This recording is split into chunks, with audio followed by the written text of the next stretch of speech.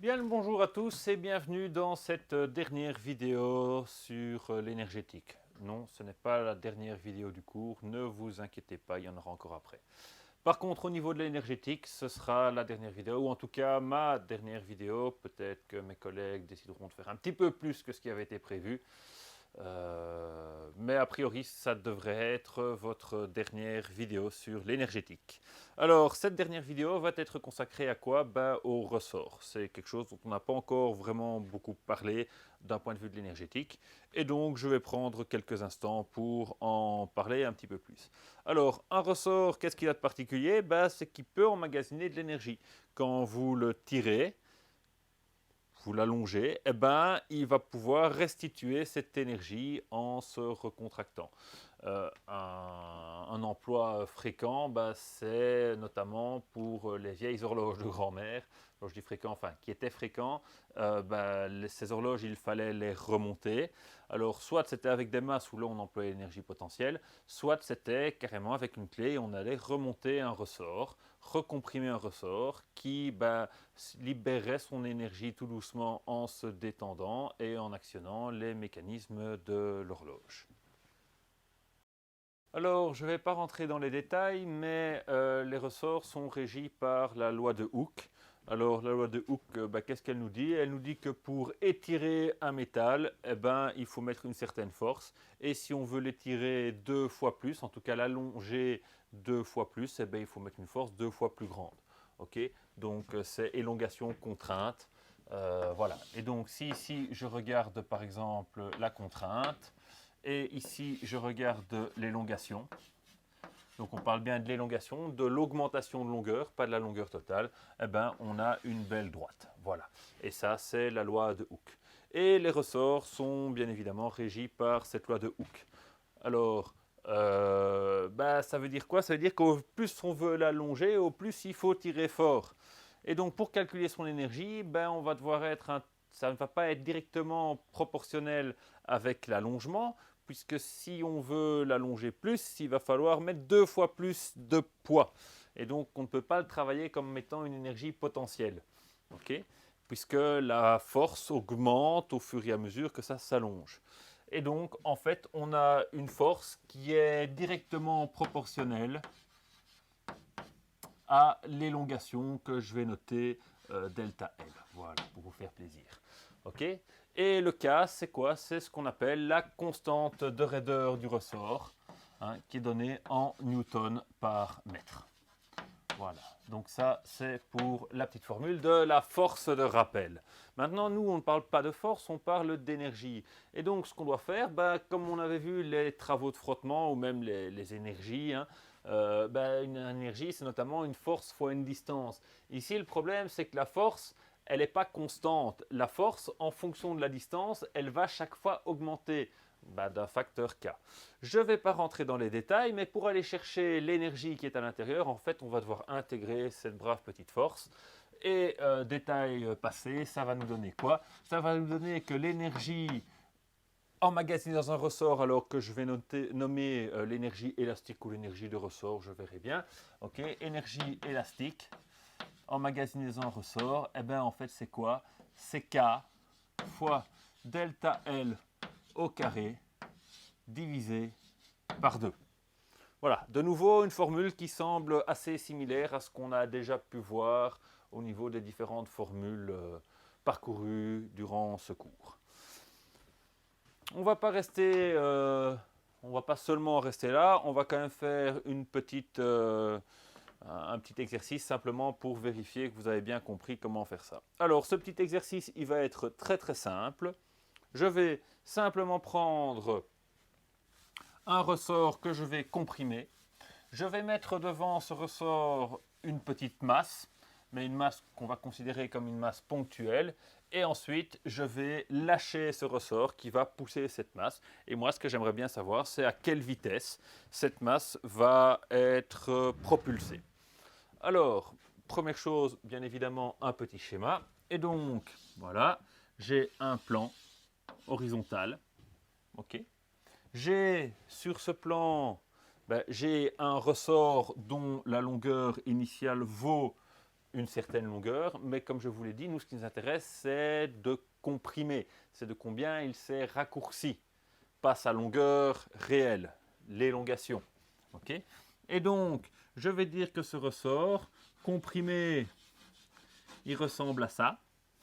Et bien évidemment, on a mis devant une petite masse qui va être propulsée par ce ressort.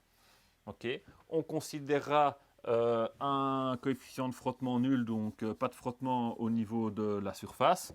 Et ce ressort, là, il est comprimé. Et ensuite, une fois qu'il sera détendu, il aura une autre longueur qui sera bien évidemment plus longue. Et la différence entre ces deux longueurs, c'est ce qu'on appelle l'élongation. Voilà. Ce que moi, j'ai noté ici, delta L. Voilà, ça c'est le delta L. Voilà. Comme ça, on est clair sur les termes employés. Alors, je vais prendre un ressort et ce ressort, je vais devoir le caractériser. Alors, je pourrais prendre un ressort, enfin, je le caractérise par son coefficient de raideur. Et pour ce ressort-ci, je vais prendre un coefficient de raideur vraiment très léger. Je vais prendre un coefficient de raideur de 10 newtons par mètre. C'est vraiment faible.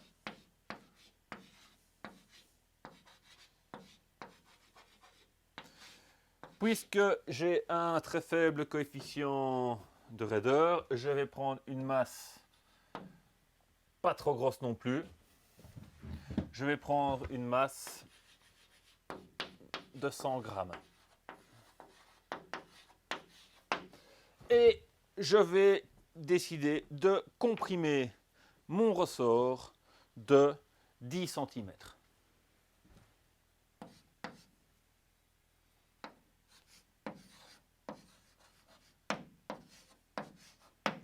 Voilà. Donc, j'ai une certaine quantité d'énergie emmagasinée dans ce ressort. Et cette énergie élastique, lorsque le ressort va se détendre, l'énergie va être transmise à la masse sous forme d'énergie cinétique. Et donc ici, on va avoir une transformation de notre énergie élastique en énergie cinétique au niveau de notre masse. Allons-y gaiement pour les calculs. Qu'est-ce qu'on a comme énergie stockée dans notre ressort? Il suffit d'aller chercher la formule. L'énergie élastique, c'est égal à K, et je vous ai dit K, on va prendre 10, fois l'élongation au carré. L'élongation, c'est 10 cm, donc ça veut dire 0,1 mètre, 1 dixième de mètre. Ok, mis au carré, ça fait 1 centième. Le tout divisé par 2. Donc, ça nous fait une énergie de 1 vingtième de joule. Si je ne me suis pas trompé dans mes calculs. Alors, toute cette énergie va être transformée à notre masse, petite masse ici, sous forme d'énergie cinétique. Et sa énergie cinétique, vous maîtrisez tous comme des dieux, mv carré sur 2. Hein.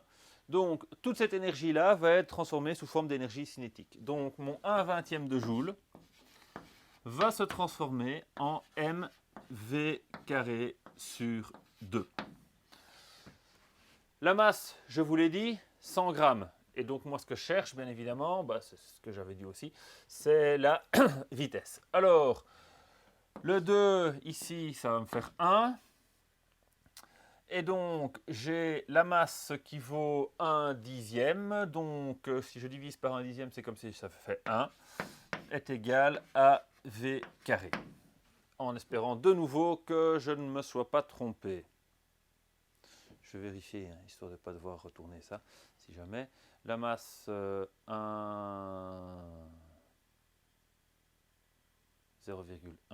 kg, donc 1 dixième de kilo, donc je le passe de l'autre côté, et donc je ne me suis pas trompé. Voilà.